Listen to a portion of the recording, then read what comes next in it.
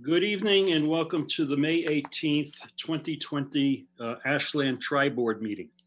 The Ashland Select Board is called to order. May I have a roll call attendance from board? Kinsley? Aye. Magnani? Aye. Aye. And Mitchell? Aye. Chair Tosti, if you want to call the school committee to order? Sure. Mark Terry, Aye. Paul Kendall. Here. Kathy Bates. Aye. Lori Tosti. And Aaron Williams will not be joining us this evening. Okay, and if the FinCom can call themselves to order, please. Sure, thanks. This is Scott Wernetsky, Chair. I'm here. Jen Cooney? I saw her. Aye. Yep. Jonathan Moore? Present. Jack Walsh? Ed Hart? Present. And Ryan Turncliffe? Present. Perfect. And Ashwini Chitnavis is not going to be joining us today. So Good, thank you, Scott. Pursuant to Governor Baker's March 12th order suspending certain provisions of the open meeting law, we are utilizing the Zoom conferencing platform to conduct our meeting, and all board and committee members are participating remotely. The goal is to maintain the spirit of the open meeting law, providing access and transparency to all proceedings. When appropriate, efforts will be made to allow for public participation through the Zoom platform. This meeting is also being broadcast live and is being taped to folks at WACA-TV, as well as live streamed on Facebook. Your patience with any technical difficulties is appreciated as we conduct our meetings in this new way. Our agenda this evening is pretty straightforward. It's essentially a one-item agenda, which is to discuss the revised fiscal year 21 budget. I am going to mute everybody while Michael makes his presentation. He is asked to be allowed to make his presentation and then open it up for questions. So Michael, you're on. All right. Thank you.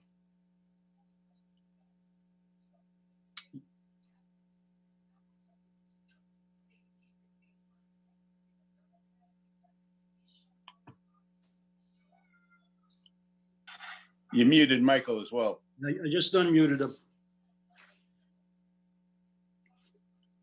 All right. Can you hear me? Everybody hear me? Yep. Okay. Well, thanks for this opportunity to talk to you about, what everybody's going through right now, which are revisions to the FY21 budget.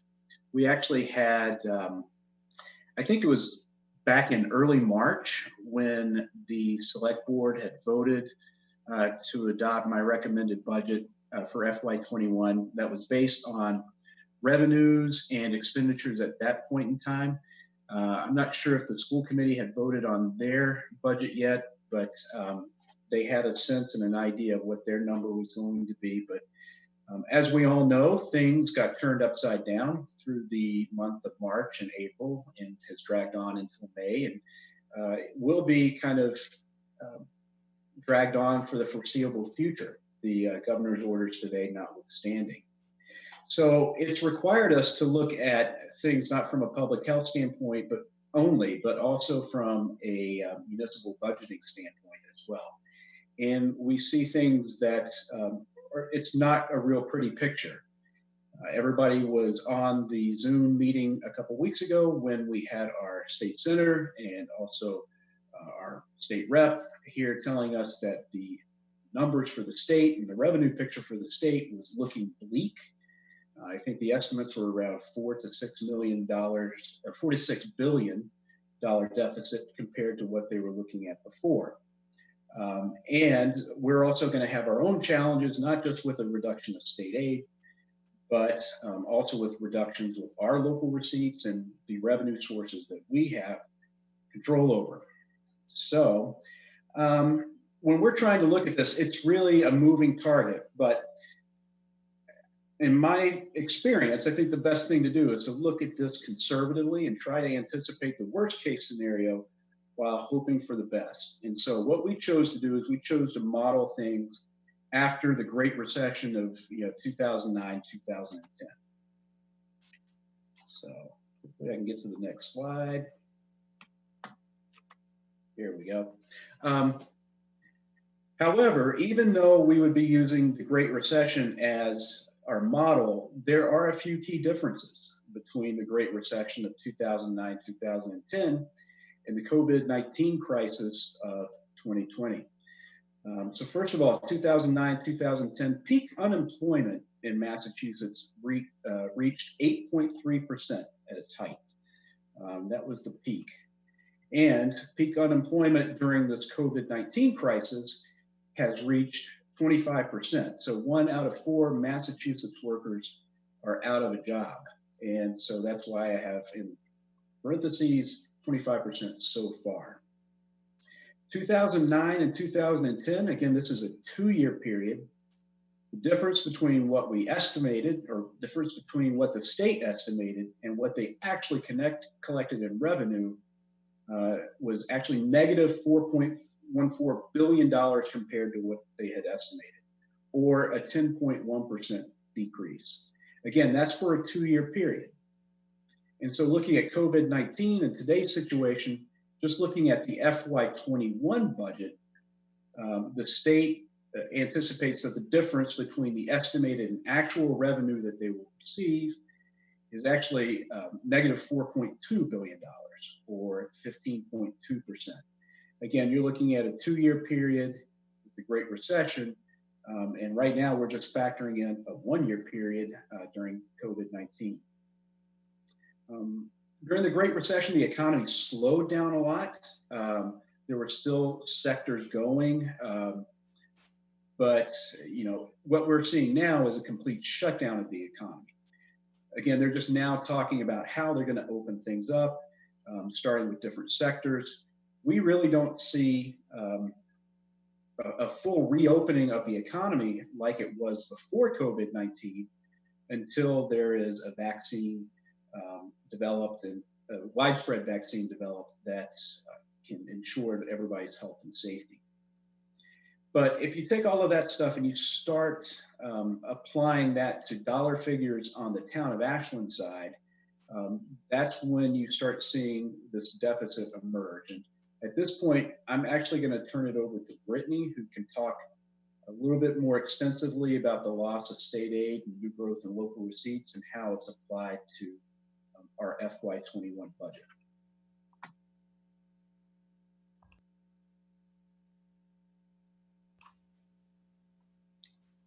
Can everyone hear me? All right. Good evening, everyone. Thanks, Michael. So what we did was we did an analysis of the last recession back in 2008, and we looked at state aid, new growth, and local receipts. So in analyzing state aid, we saw that state aid decreased almost $800,000, or approximately 12%, from 2008 to 2009. When we take that percentage and we apply it to the FY21 governor's budget, we come up with a decrease of a little over $1.1 million in state aid.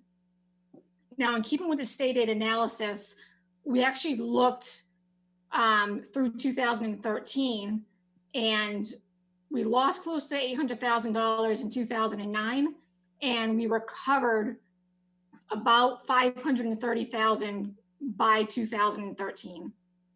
So those are some pretty big numbers there. For new growth, we actually had a loss from 2008 through 2010.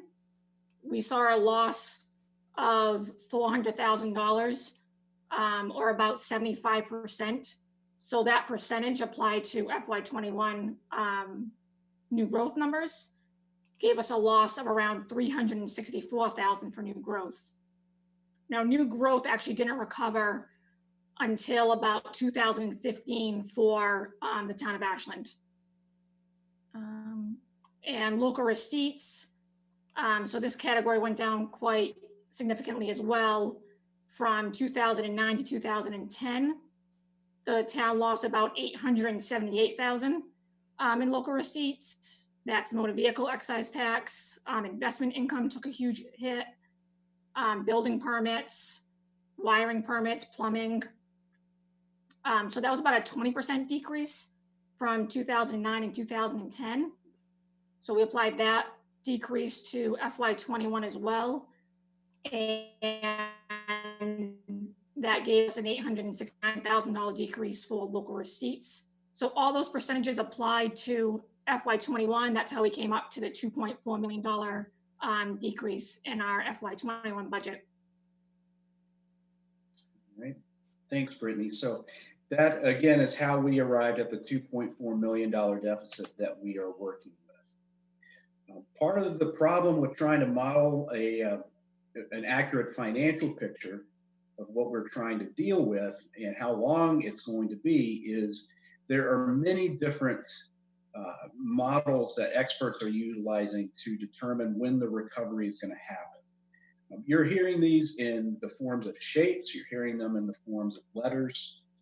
There's the V-shaped recovery, which is probably the most optimistic model. You have a U recovery model, which you see a longer down trough, and then the recovery would happen more gradually between late 2020 and early 21. You have a W model where we just continue to see the spike in virus cases and then a shutdown of the economy, which leads to a spike in unemployment, and we just continue that cycle until a vaccine is found. Then you have an L-shaped model, which really you get a sharp decline in your economy, a spike in unemployment, and that persists into the second half of 2020.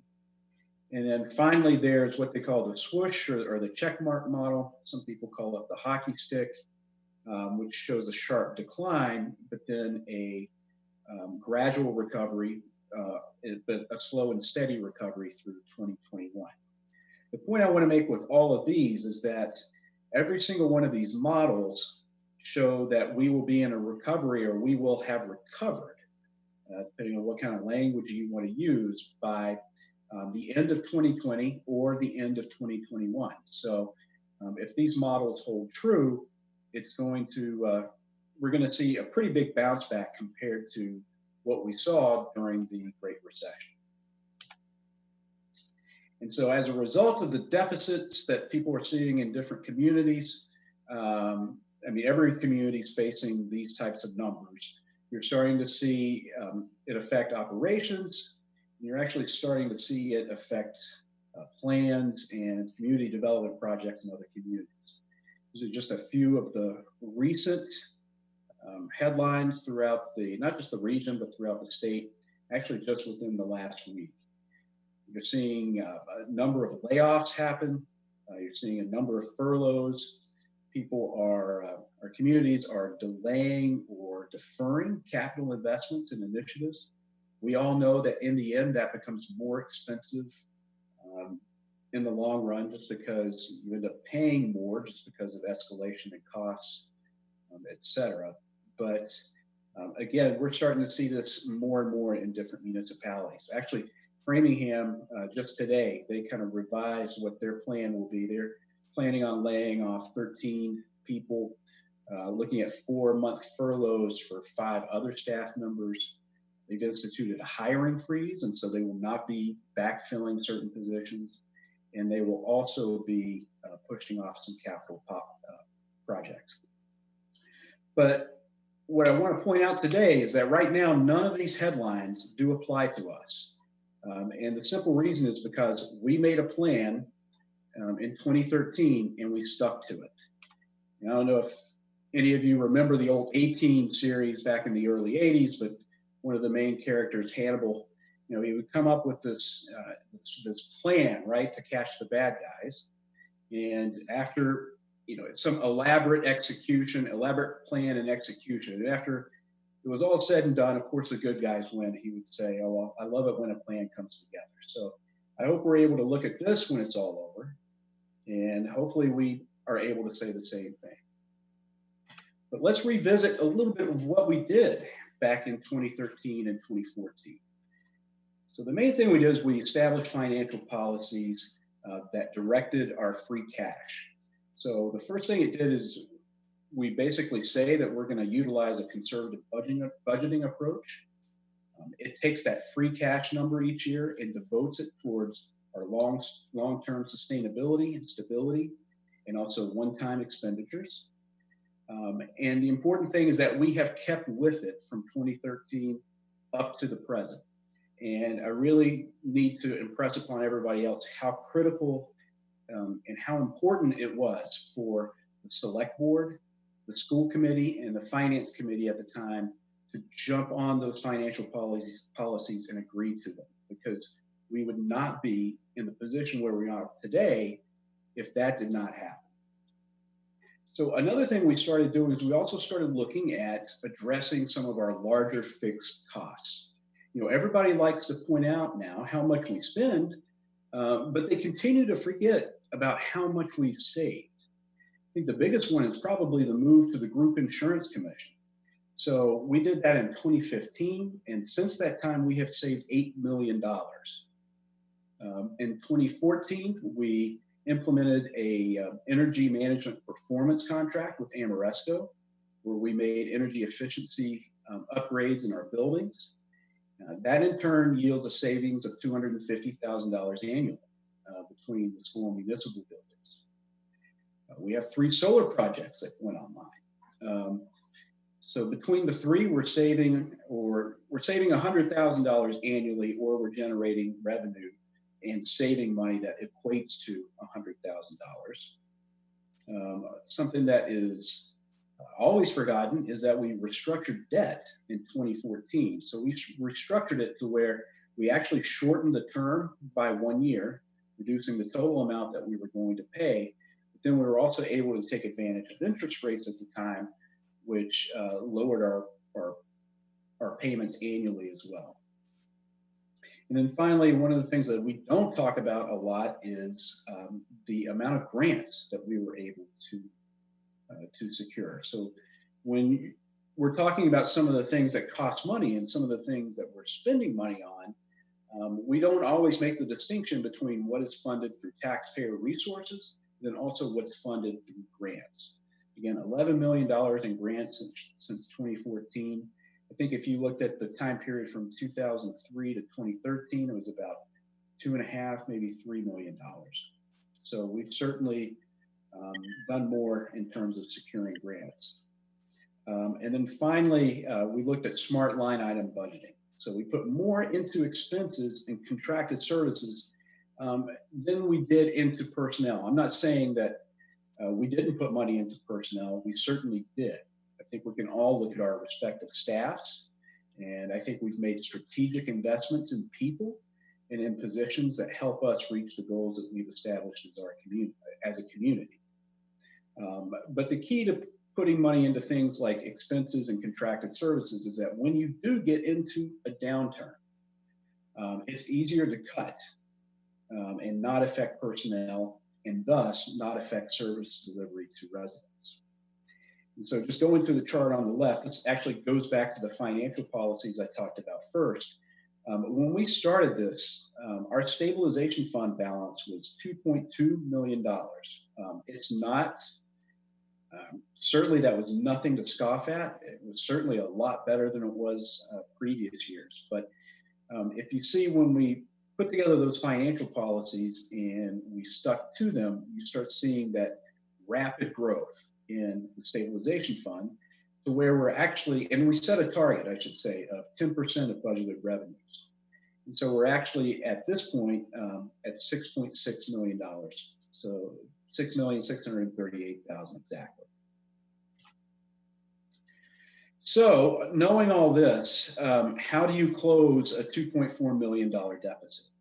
Well, the first thing we did is we looked at taking $1.4 million from our stabilization fund. That represents approximately 20% of what's in our stabilization account right now. That leaves a remaining $1 million to close. So we looked at what our financial policy said, and the school department would be looking at a $700,000 reduction. Municipal would be looking at a $300,000 reduction. I think I've already had a conversation with Jim, and obviously it doesn't need to be exact, but that's what we're working with right now. And from the municipal side of things, what we would be looking at doing is we'd be looking at eliminating temporarily our $25,000 efficiency fund. And for those that don't remember, that is the fund that we utilize to pay for upgrades and things that improve our efficiency that don't really rise to the level of capital projects. So for example, the poll pads that we use during elections and town meeting, that's one. We actually use this efficiency fund to put in software within our community center that helps us more accurately track the seniors and the people that we help, which in turn gives us more grant funding from the state. Other than that, we looked at almost $100,000 in expenses like equipment, training, some other line items. And then we looked at personnel related issues, and we realized that we could save $178,000 with personnel related items. But it's very important to note for everybody watching at home and everybody as part of this meeting, we're having no layoffs right now. There's no layoffs. There's no reduction in wages. We can accomplish that $178,000 reduction by looking at deferring our scheduled COLA increases for the different bargaining units and non-union personnel as well. And then I did mention the Ashland Public Schools reduction, and I know Jim is working on that. And then also, this is a good opportunity to refocus our capital program. It doesn't mean we'd be taking money away from capital, but we were spread pretty thin before COVID-19 hit us in terms of how we were able to manage capital projects and what we were able to do. This might be a good opportunity for us to start to refocus and get some of these projects that are outstanding done, maybe concentrate on a few of them and just get them done and then move on to the next ones.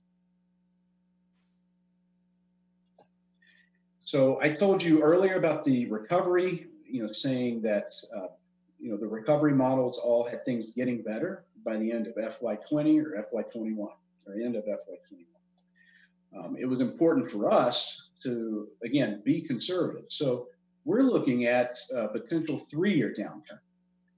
And so we developed a 3-year forecast to kind of model what this would look like.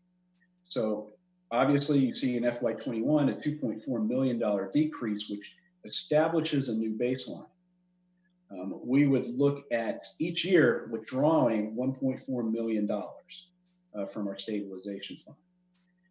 And from that point, we would see slight growth in our revenues and therefore expenditures from FY22 to FY23. Now, I want to impress upon everybody, this is just a model. This does not mean what our respective budgets are going to be in FY22 and FY23. There's a lot of outstanding questions, which I will get to, but I kind of wanted to put some kind of plan in place.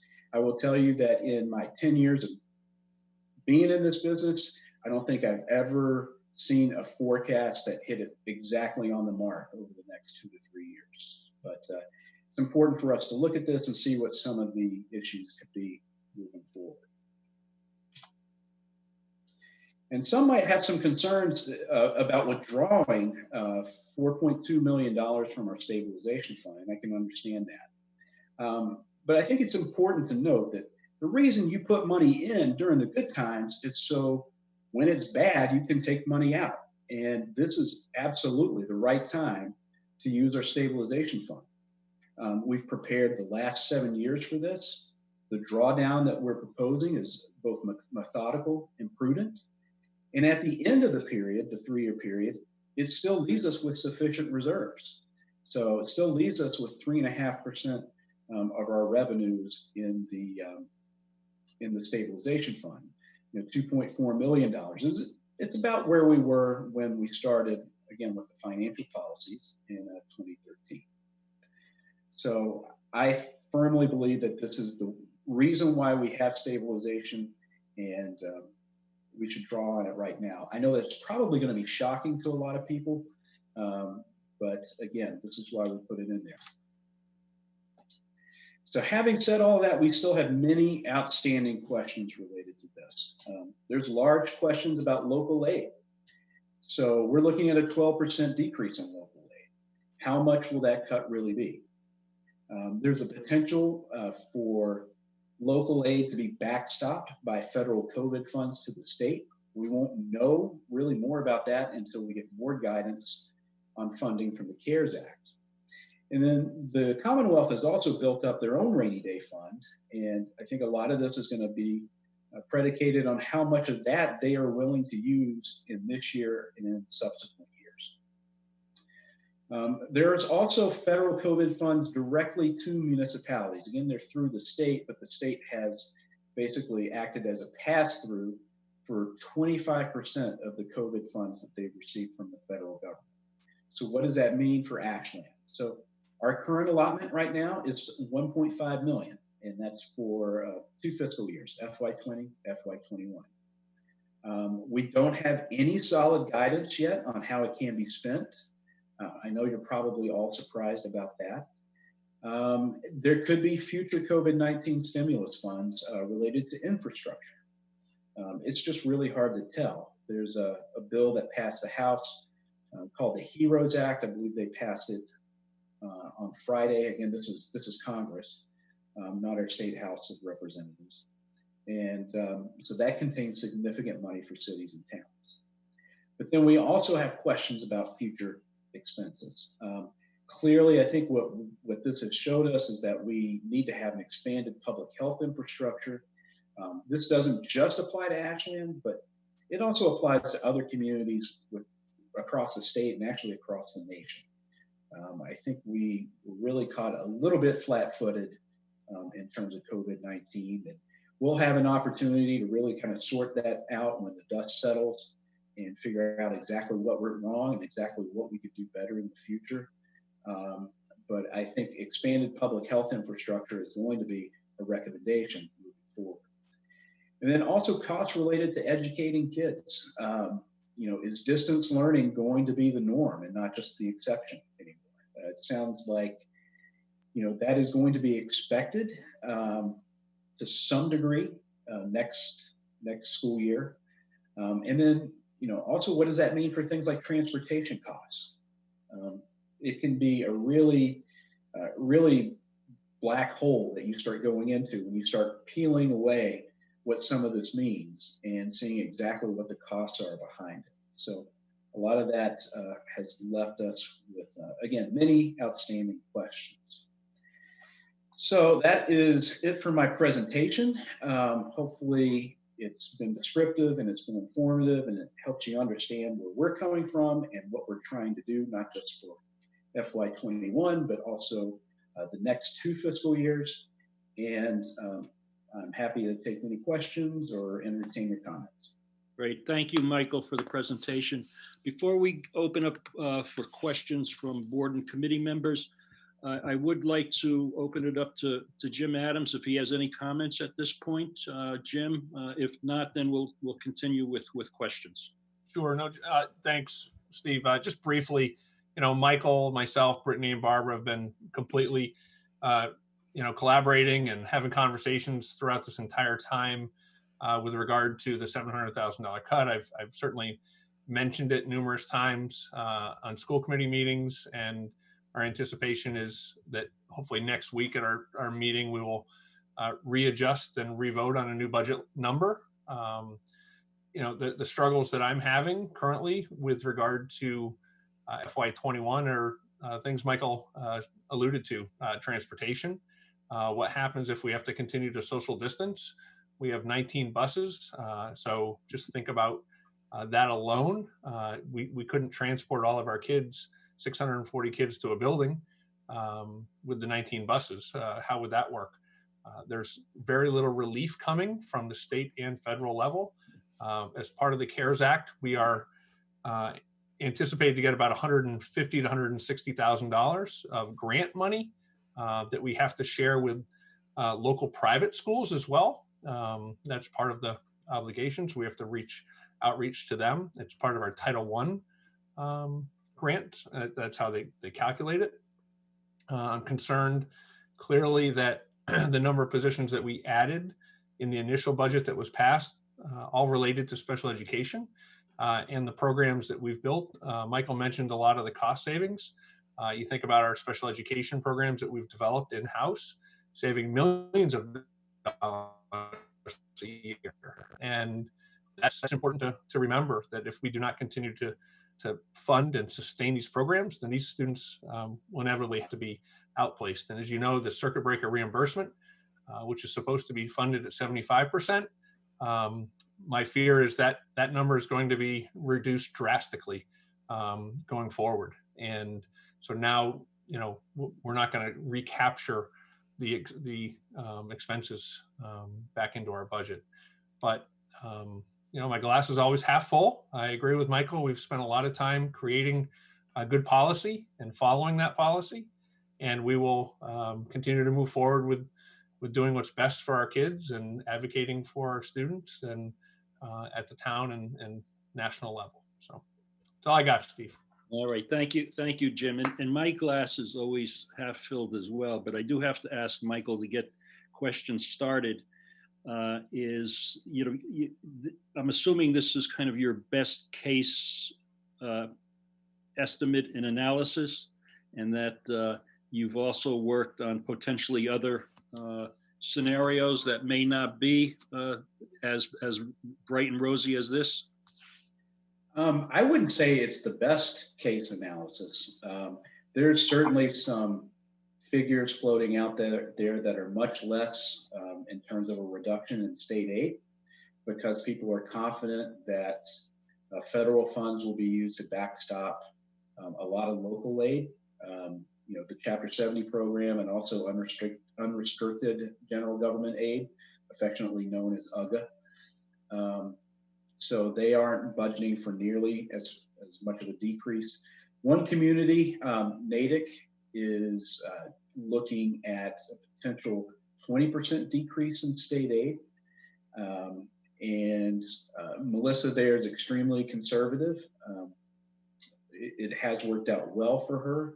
But that being said, if we do need to look at an additional, if we move that state aid reduction from 12% to 20%, that would equate to an extra $600,000 on the deficit. So you'd be looking at a $3 million deficit. So we would probably bridge that between withdrawing a little bit more off the stabilization fund and, you know, potentially making reductions in other parts of the budget and maybe capital plans as well. We could probably still do that without laying people off or any reductions in wages, but I think 2.4 million is probably the most realistic.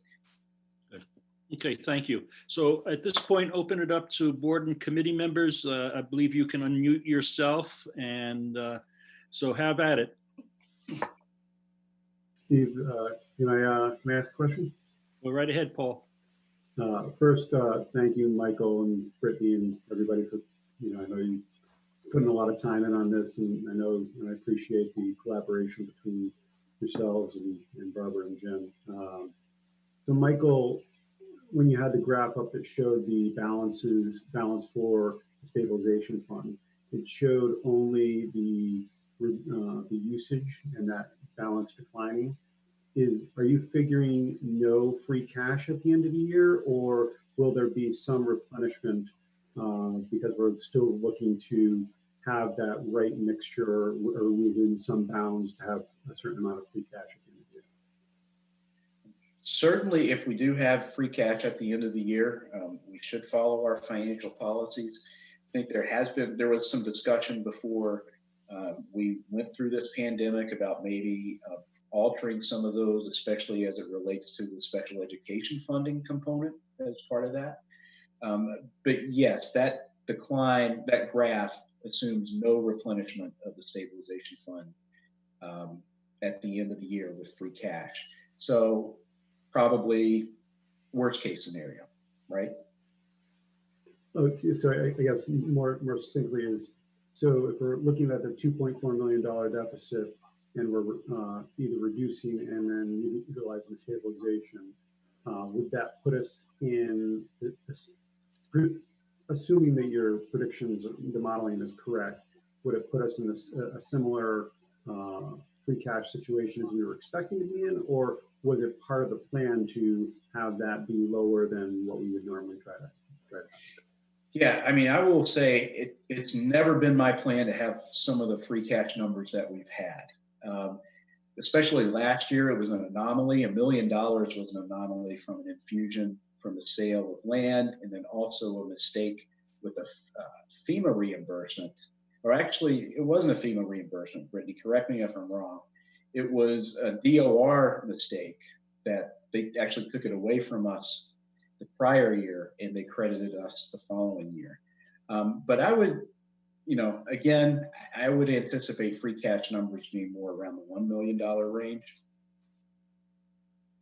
if that.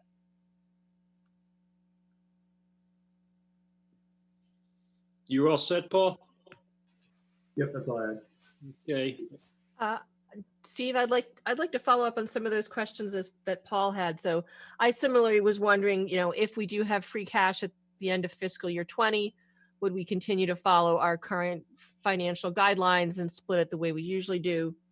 But my question, a follow-up is, if for some reason we get more state aid than what you have budgeted, would the plan be to reduce what we take out of the stabilization fund, or just use those funds, the additional funds that we get?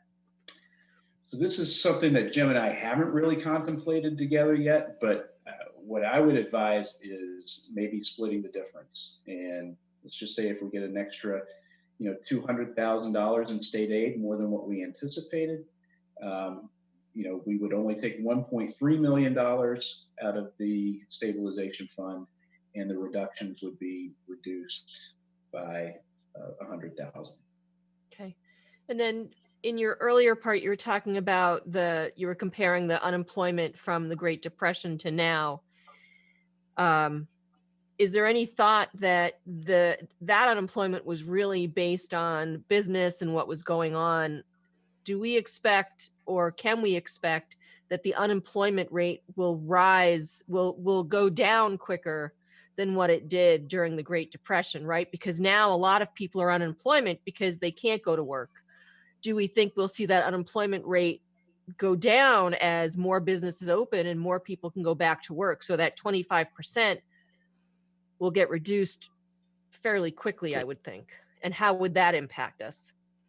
Yeah, I don't think anybody really knows, Yolanda. I mean, you're right in the fact that during 2009, 2010, that Great Recession, you saw that the highest it ever was 8.3%. And I think it took a while to get to that point, and it took a while to get down to normal from that peak as well. Whereas, with this, we're just seeing a super, like the economy just shut down. Right. And so you saw this super spike.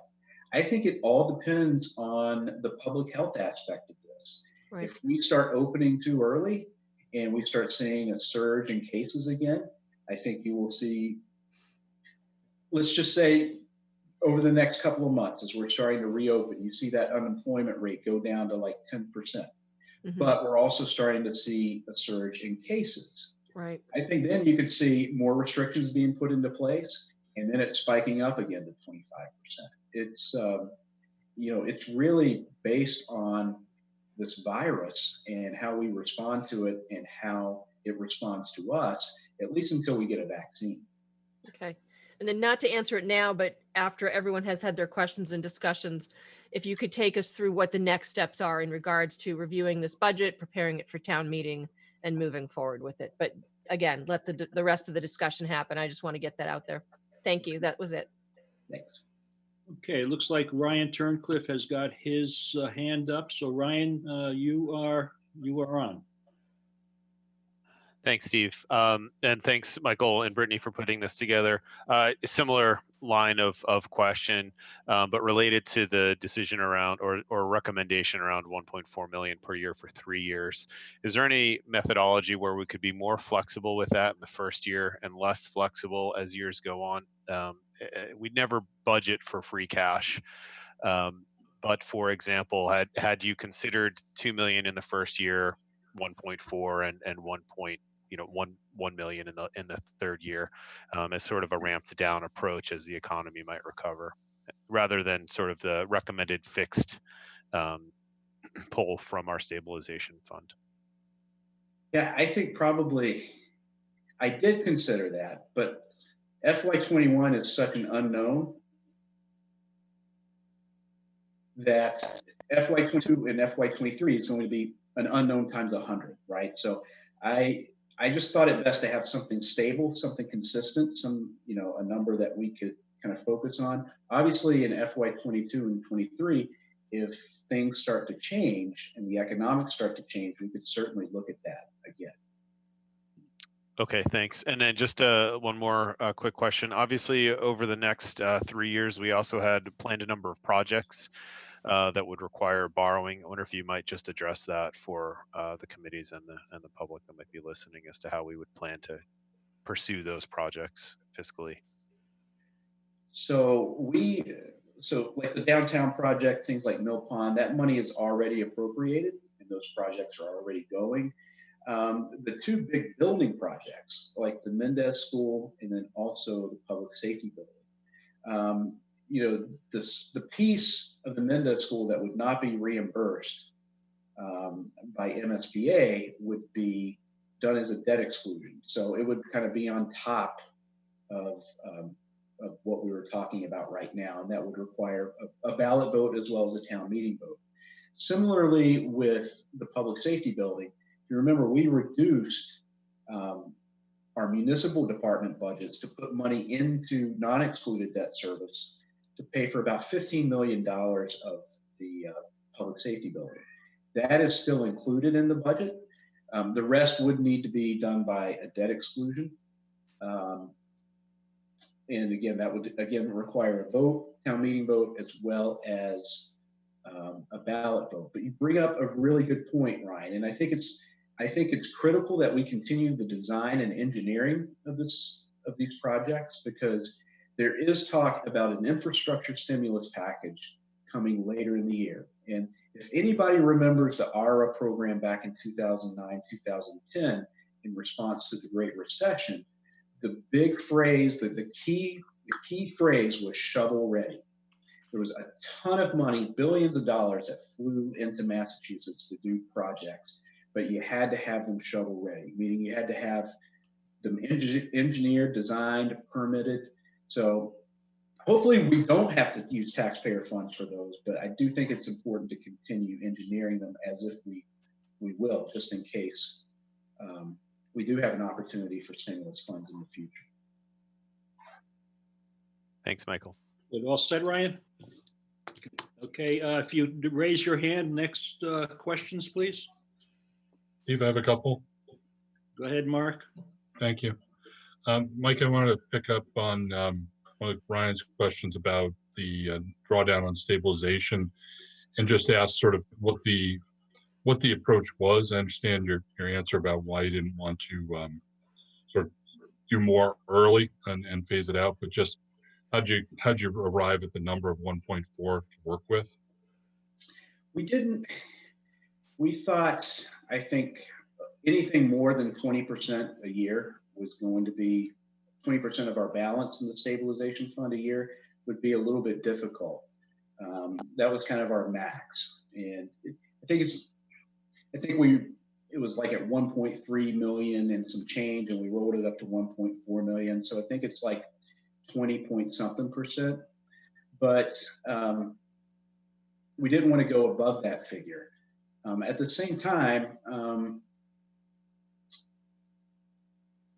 we did think that we would have to balance this out by making some cuts. And the key, the calculus here was, how do you still reduce budgets that's not going to have a severe impact, on services, while at the same time not go above a certain amount on your stabilization fund. Thank you.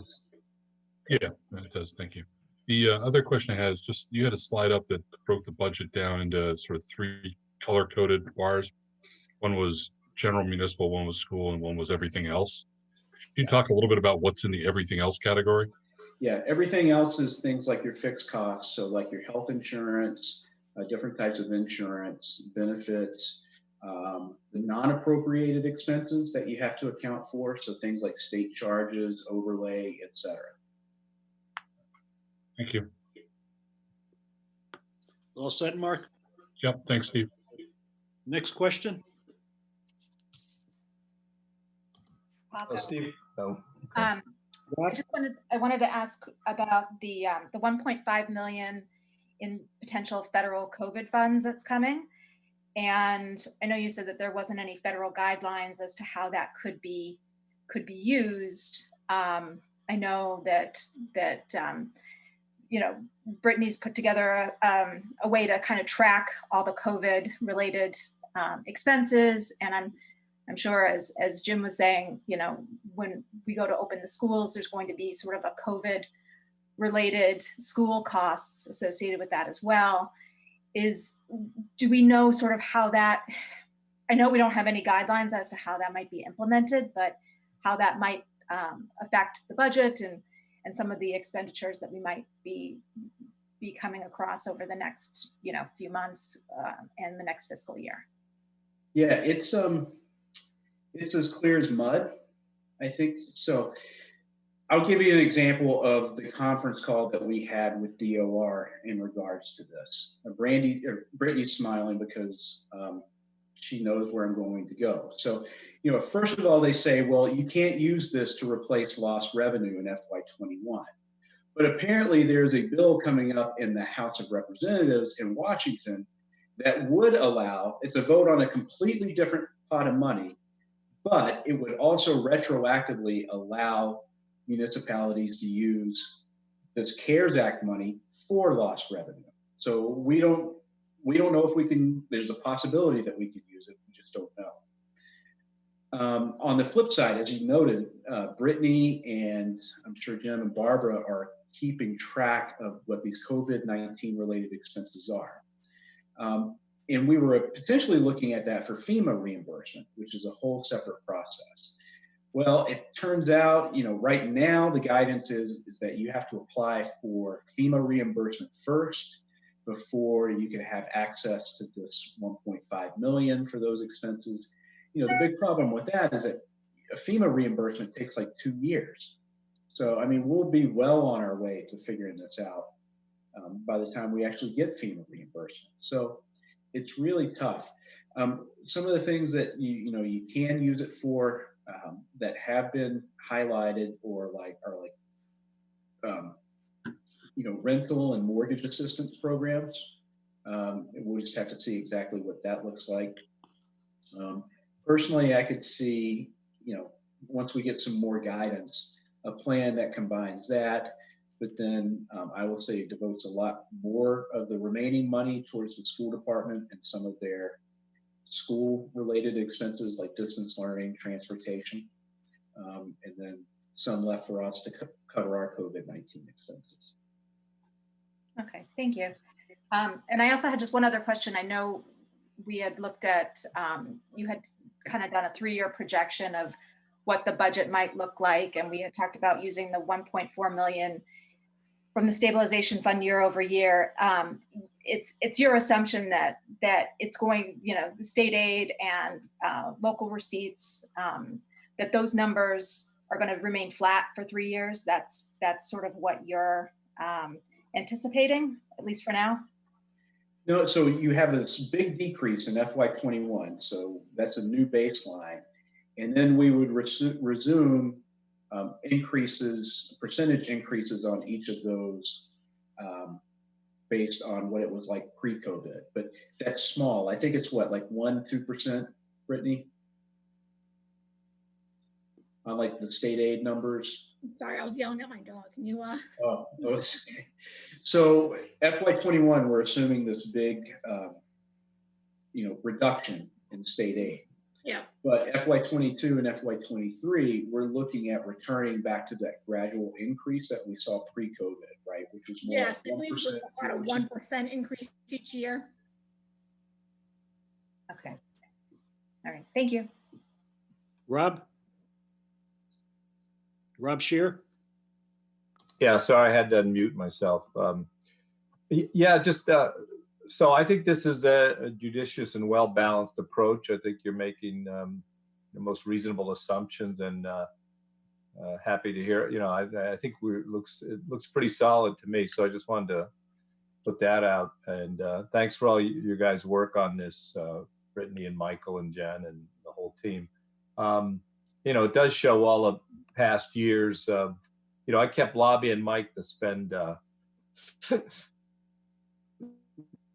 free cash, but kept turning me down. But we did spend some of it judiciously, and I think it's all worked out well. My question is, Michael, do you have a feeling of when we'll actually have hard numbers from the state? And when Senator Spilka was talking to us, it was so many things are up in the air, and she was looking at piece by piece budgets and constantly but maybe doing things in phases. Do we have an idea when we're going to be seeing some hard numbers, and when they're going to make some of the big decisions about aid and things like that? Do you have a feeling it'll go into the summer, or? Well, my gut assumption, just based on some of my conversations, and nobody has like the final answer to this, but I wouldn't expect to see final numbers from the state until somewhere around October or November. Because what they do is going to be dependent upon what they can use their CARES Act money for. So until they get real solid guidance on that, they're kind of hamstrung as well.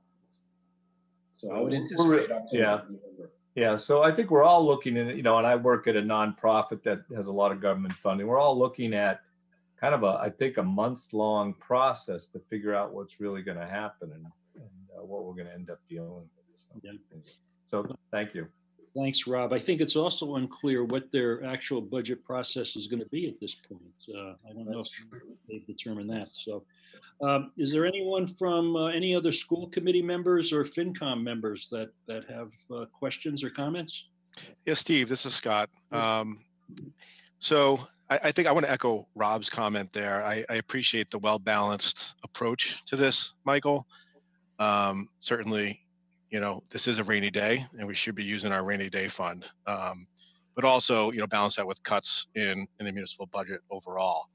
I'm going to maybe try to look forward a little bit into the future years, and I agree with kind of the usage of stabilization funds going forward, in particular with kind of what at least we anticipate the budget situation to be. I think obviously, we'll all kind of pay attention to this as time progresses and see what we actually need to do. And I'm just kind of, and this is more of a statement rather than a question, and maybe, we can talk about this at a later time. I don't want to end up in a situation where we're back to, that graph, what was it, 2008, $500,000, $600,000 stabilization fund. So, I think it might behoove us to have some sort of quote unquote drawdown plan when it comes to the stabilization fund, fine, 20% now, 20% next year, 20% the year after. But at what point do we kind of ratchet that down to make sure that we don't spend the entire thing, right? Because that's, I don't want to kind of go back to square one, if you will, back to where we were a decade and a half ago. So, I don't know. I don't know if you really have to respond to that, Michael, if you don't need to, or maybe just give me a comment, and obviously that's not something we're going to solve today, but that's something I would be interested in kind of addressing over the next, 6 months to a year, saying, okay, how do we kind of manage this appropriately? Because I think, I've told you this before on the phone, maybe I'm a little pessimistic, but, the cuts that you're projecting, I think maybe more. Nothing to back that up but gut. But, I hope you're right, quite honestly, but, I think we need to kind of be prepared for some tough decisions in the future. Well, I think I might have mentioned this earlier. I mean, we are kind of looking at things like, what if that deficit did rise to $3 million as opposed to 2.4? At least on the municipal end of things, we're looking at things that we would need to do and what that would look like. I think in regards to 22 and 23, I'm hoping those are, well, at least with regards to the drawdown of the stabilization fund, I'm hoping those are worst case scenarios. I'm hoping we don't have to draw down 1.4 next year, and I'm hoping we don't have to draw down 1.4 in FY23. It's just, I'm trying to put, like, you know, I don't know if it's the absolute worst case scenario, but it's pretty conservative, I think. And I think, as Paul mentioned, we follow our free cash policy, and there's free cash at the end of the year. It would be replenished to a certain extent. But, you know, one thing we didn't do is we didn't establish a floor. We established a ceiling on it, but we never really, well, our policies do say, you know, the goal, maintain a minimum of 5%, with the goal of getting to 10%. And when we fall below that 5%, you know, significantly more of free cash goes into the stabilization fund to kind of get it back up there quickly. But, you know, I think everybody's concern is valid. And if I could predict the future on it, I would not be in this business. I promise you. I love you all, but be doing something different. Thanks, Scott. I have a question, Michael, on, you know, what's going on with the rating agencies right now, and how are they assessing, you know, just this entire situation?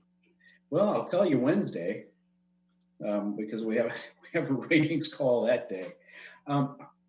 What I will say, Steve, one of the reasons why they liked Ashland and they were confident with the AAA rating is that even when times were good, we were preparing for bad times. So we weren't budgeting for double-digit percentage increases in building permits each year because we knew that that train was going to end. You know, we were conservative. We had our stabilization fund. We were constantly putting money back into it. My hope is that when we do have a ratings call, they come out and say, well, you know, Ashland's one of the better prepared communities. And I think they're realistic. I think rating agencies are realistic. They know that this is not a good time for anybody. I think what they look at is judge, you know, just how creditworthy are you? I mean, are you in a position where you can withstand some of these massive blows to your revenue, and then maybe even extended revenue shortages for a few years? Like I said, we'll find out more. Yeah, good. Thank you. Anyone else from FinCom School Committee? And How about Select Board? Mariani? Thank you. First of all, I'd just like to thank Michael, Brittany, Jen for the conservative work that they have done over the last 6 to 7 years while you guys have been in this specific offices. It helps out greatly, as we can see now. My concern is, Michael, that some of the information that you provided us today just recently, and I know you'll talk about it a little bit further on in this meeting, is the fact that the capital projects, and you mentioned it in your brief synopsis a few moments ago. There was some concerns about the downtown project, and you just confirmed to me that that project is still a go, even though it's not going to be set back in any way.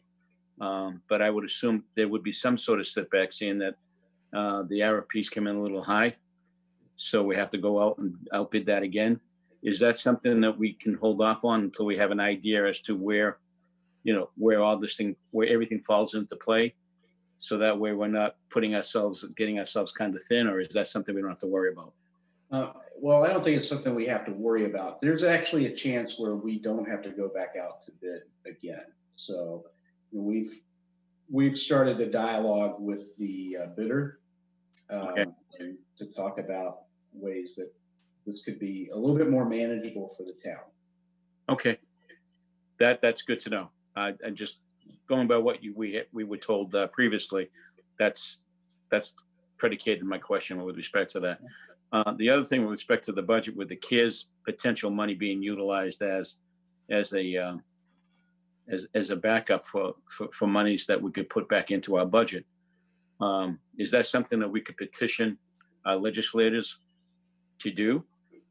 Or should we just anticipate that that's something that they want to do, and hopefully they do that without sending off a letter of support in doing that? Is that something you would entertain doing? I think if we fired off a letter, I think it would be to Department of Revenue and actually the Baker administration. I'm not necessarily sure where the legislature Okay. would be able to help with that.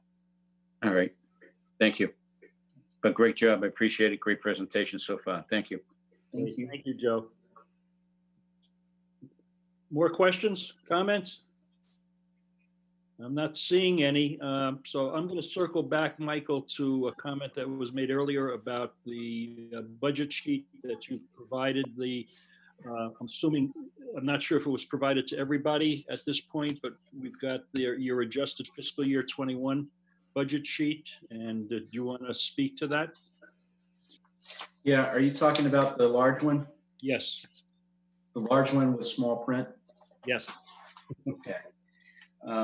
So in terms of next steps, the board would need to vote on basically a bottom line number on the appropriated expenses. The school committee would need to vote their, what their figure is as well. Hopefully those jive. And then FinCom wanted to have a discussion about this separate from the Triboard meeting to kind of maintain their independence. And they would be making a recommendation on what the select board had decided. So I can, if you want to, I can go into some of the specifics, specific line item reductions on the municipal side. Again, the personnel stuff, it's varied, so it's really hard to assign those to different, different line items. But there's about 10 that we can talk about individually. Sure, if you could review that, and is the expectation tonight for the board to take a vote to adopt that expenditure? Well, if the board would feel comfortable voting the appropriated expenses line at $63,764,110, that would be great. I think I probably should go through what would change in the expense line first before the board did that. Sure. Okay, if you could do that. So, so just briefly, we'd be looking at reducing the legal budget by $50,000. So the original appropriation is $290,000, go down to $240,000. Be looking at reducing the human resources, wellness, and training budget by $7,000. So that line item would go from $235,474 to $228,474. We would be looking at reducing the central purchasing line by $10,000. So that reduces the original appropriation of $60,300 to $50,300.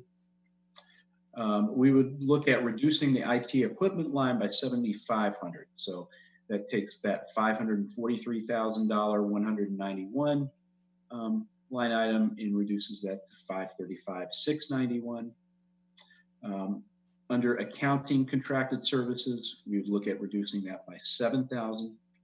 So that takes that $143,768 appropriation and brings that to $136,768. We had planning for invasive management. I believe it was Shaken Pond. So if we eliminated that, that would be $14,000. So that would bring that budget from $84,800 to $70,800. And then DPW contracted services, we would look at reducing that from by $1,500. So that brings that $694,256 budget down to $692,756. And the one I did highlight was the efficiency fund. So that would be temporarily suspending that, which is a savings of $25,000. And then we would look at adjusting what is scheduled for FY21 increases. And that would save us a total of $178,000. The wage freezes, as you described them, those are they being deferred? Well, that's my hope. I mean, we would, yeah, everybody needs to be on board with it, but yes, and I'm not saying just drop it for forever. I'm just saying defer it. Okay. All right. Select board members, questions for Michael on this, since we are going to discuss the potential of voting this, voting the appropriated expense line? I do have a question, Steve, if you don't mind. Go ahead. In that appropriated expense line, we have the school monies involved in this as well. If I'm looking at this as Ashland Public Schools, 34 million. So if we take a vote on that tonight, is the school board on board with that figure, or do we have to wait till they come up with their recommendation? Or is that something that we want to vote on, before they take their vote? Well, you could do it either way. So if you voted it tonight, the Ashland Public Schools would still have the opportunity to vote a budget number next week that could be different than what is here. But that's really, I think, more of a decision for the school committee and Jim. Well, I understand that, but looking at the bottom line figure, we're asked to take a vote on that. But in that bottom line figure, those other figures involve the school budget as well. So is it something different? Or are we just looking at that total figure minus the 34+ million on the school side? No, it would be 63 million. It would be the 63 million. I get that. I understand that. And then maybe I'm being thick-headed, but I guess my concern is if that 34 million plus is from the school side is in that 63 million, which it is, and then we vote tonight on this budget, do we have to revote again because there may be additional supplemental figures that are coming in? Should we wait until the school gets their figures in and on board, and then we can take a vote? Or is that something you could certainly do that?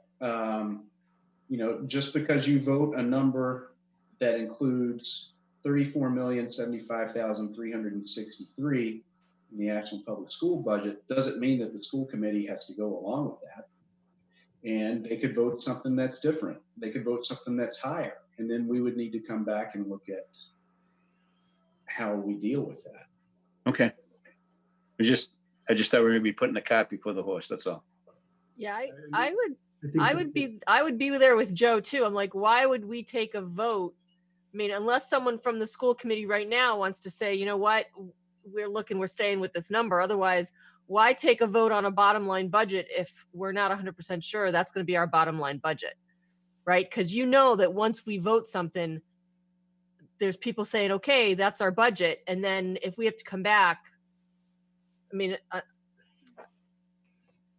yeah, and to Yolanda's, I think Joe's point, I think typically when we're not, changing things and doing this, we would typically work with Michael, have the number, vote on it first, and then you're voting one time on that.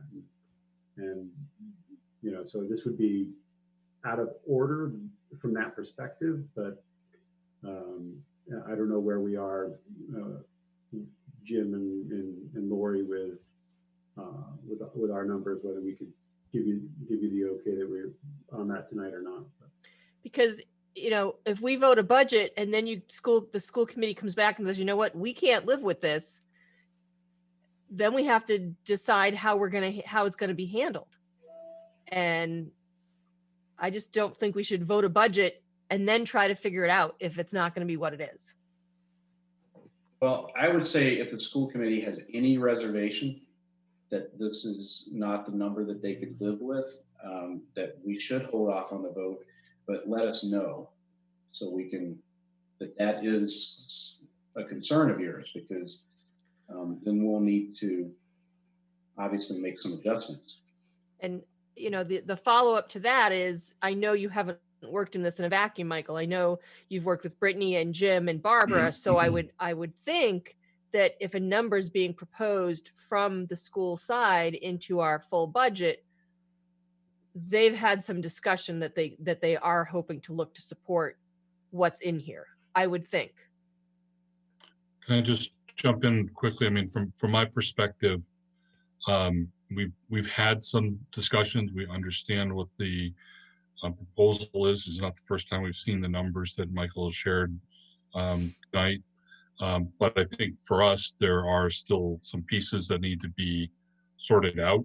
And I don't want to get into some of them because they involve collective bargaining, but I think we need a little bit of time and an opportunity as a committee to see what the consequences of that cut is. I think we're working towards the number, but we've got to figure out how we're going to get there, and we're not quite there yet. So, my preference would be, quite frankly, to kind of, to Paul Kendall's point, we can follow the normal process and build towards the final number, rather than sort of having one voted, put in place, and then sort of creating the potential conflict that can come if we don't get there. I guess I'd rather see if we can give us the opportunity to get to a budget that we can vote on next week, and then give that to you, that figure to you, so you all can vote it as a part of your bottom line for the town. It wasn't. I'm sorry, Mark. It wasn't my intention to put a wrench in the works with respect to that. I just don't feel comfortable voting on something knowing that those figures haven't been confirmed on the school side. That's all. So I'm not trying to put anybody in the corner to force them to do something either, because this is an important part of the whole budget process that everybody agrees to. So thanks, Joe. So it seems clear that Michael, we're going to be waiting for the school committee to assess their situation, come back with their approved budget, and then we will assign it to our next the following select board meeting. Yes. So just want the FinCom to understand that they will need to, that's going to push your meeting on doing the recommendations beyond June 3rd. Well, would we want to put an extra, should we put an extra meeting in just to discuss the budget after we get it back from school committee, so that FinCom can still do what they need to do and we can still meet guidelines for a town meeting date? So school committee is meeting, I assume, on the 27th. Yeah. Correct? Yeah. Can I chime in for a second, Steve? Sure. Go ahead. I'm sorry. I lost the connection for a while, and I think I missed the bulk of this conversation, but I got back in on the tail end, and I heard what Mark said anyhow. And I think it's really just a matter of, we just haven't had the time to fully flesh it out yet, just because of some things that are still in the air. It's not because there's any objection. I know Jim's been in very close contact with Michael. We're aware of what the ask is. And it's just a matter of having time to iron out some of the details of how it looks in the school side budget. So I don't anticipate there should be any problem having that done by May, by the meeting that we have at the end of May, if that's not too late for all of you. I don't think we were prepared to do that tonight, only because we haven't really talked about it at that level of detail yet, because of all the balls that we have in the air. Sure.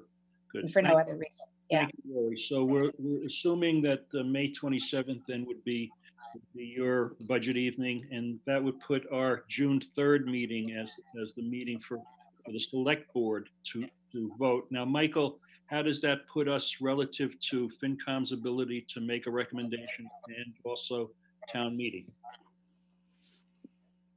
Well, so there's some statutory deadlines that we have to meet, and then there's some things that we've done in practice.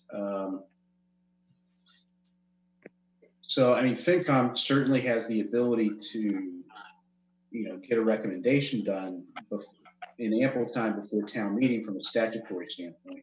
I just don't know if it's the best thing from a procedural standpoint, just because the budget really wouldn't be out there until, I'd say, probably a week before town meeting.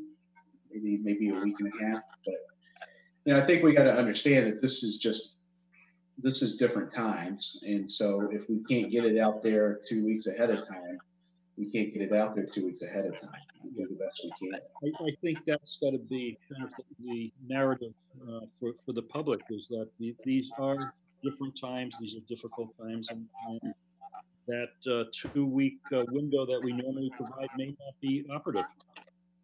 Yeah, I mean, I certainly didn't expect to spend like 20 minutes on this piece.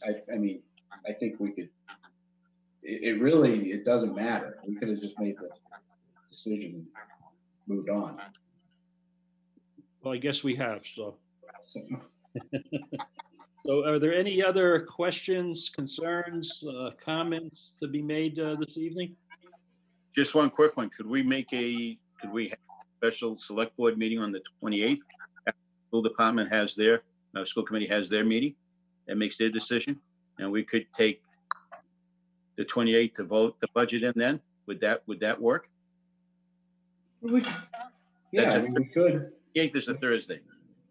I mean, it saves us a few. I know FinCom, I don't see Scott, but I think we were hoping to have something on the 27th, but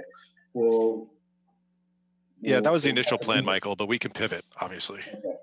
We can even keep the 27th to do some of the other warrant articles, you know what I mean? And just focus on the budget whenever that comes up.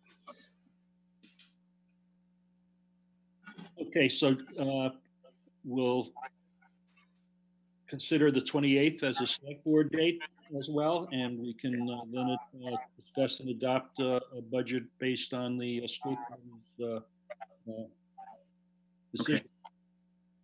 And I'm presuming, Steve, that would be a quick meeting on the 28th, just to deal with this issue. Yeah, one item, vote the budget, and then we could at least have updated spreadsheets and with all this information, and we can vote it. Okay, so we'll schedule the 28th, and should be theoretically good to go. Okay, again, if I think we've exhausted our agenda item for this evening. Are there any other questions or concerns, comments to be made? If not, I'll entertain a motion to adjourn. Steve, just a quick question. Were you planning for any Public comment? participation at all, or? I wasn't, but No, and that's fine. I just, if you had, we haven't opened it up, but yeah. we don't need to. So again, not hearing any other comments or concerns, motions to adjourn. So moved. Okay, so we've got a motion and a second from the select board. Greaves, Aye. Kinsman, Aye. Magnani, Aye. Shear, Aye. and Mitchell, aye. School And committee, who from school committee would like to make the motion to adjourn? Move to adjourn. A second. Mrs. Bates, Aye. Mr. Kendall, Aye. Mr. Terry, Aye. aye for me. Thank you. And for the finance committee, can I have a motion to adjourn? Motion to adjourn, Scott. Second. Second. Thank you, Ryan. Thank you, Ed. Aye, Scott Warnetsky. Jonathan? Aye. Jen? Aye. Ryan? Aye. Ed? Aye. And Jack? Aye. Great. Thank you. FinCom is adjourned. thank you, everyone. Thanks, Thank you. everyone. Thank you. Thank you. Thank you.